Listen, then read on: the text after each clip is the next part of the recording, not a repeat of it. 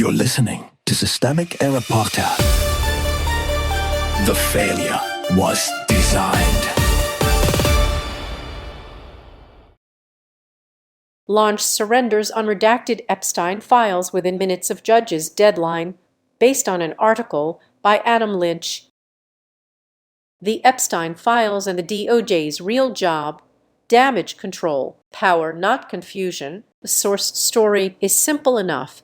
A federal judge pressed Todd Blanche, Donald Trump's interim attorney general, to comply with the transparency law over Epstein-related records, and Blanche finally submitted the unredacted material for in-camera review after months of delay. That is the factual core. The political meaning is sharper.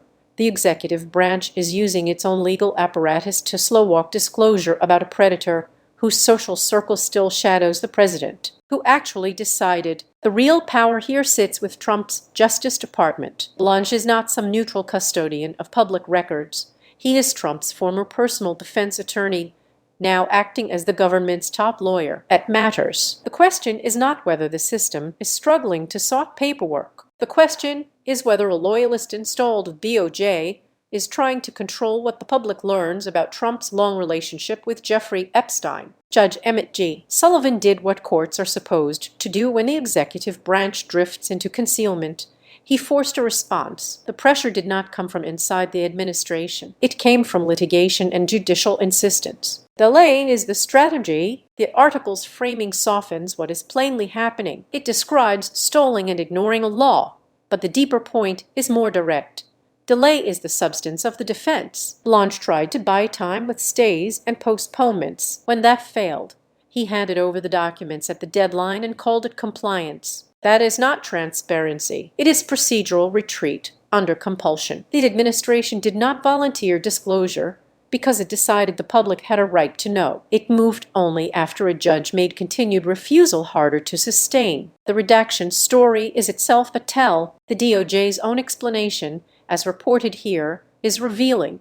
The redacted material is said to concern PI, not victims or law enforcement personnel. If that characterization holds, then the government's posture looks even less like careful protection and more like generalized concealment under a privacy label. That distinction matters. Protecting privacy sounds noble. Hiding politically dangerous records under the same umbrella is a familiar bureaucratic trick. It lets officials present obstruction as caution. It lets them treat public accountability as a technical inconvenience. Trump's long shadow. The source reminds us why this matters.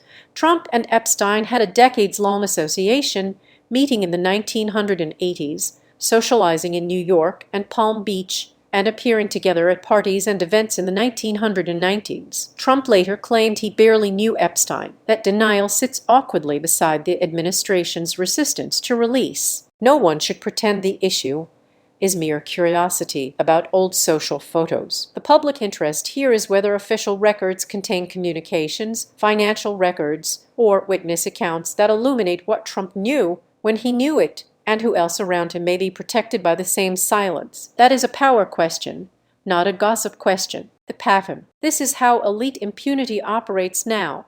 Loyalists inside government delay disclosure. Legal language is used as camouflage, and courts are forced to drag the executive branch toward compliance one order at a time. The article gestures toward transparency, but the real story is institutional self-protection. The pattern is broader than Epstein. It is the governing logic of a political machine that treats disclosure as a threat, loyalty as qualification, and public accountability as a problem to be managed. When the Justice Department behaves like a shield for the president's personal exposure, it is not failing accidentally. It is doing the job it was assigned.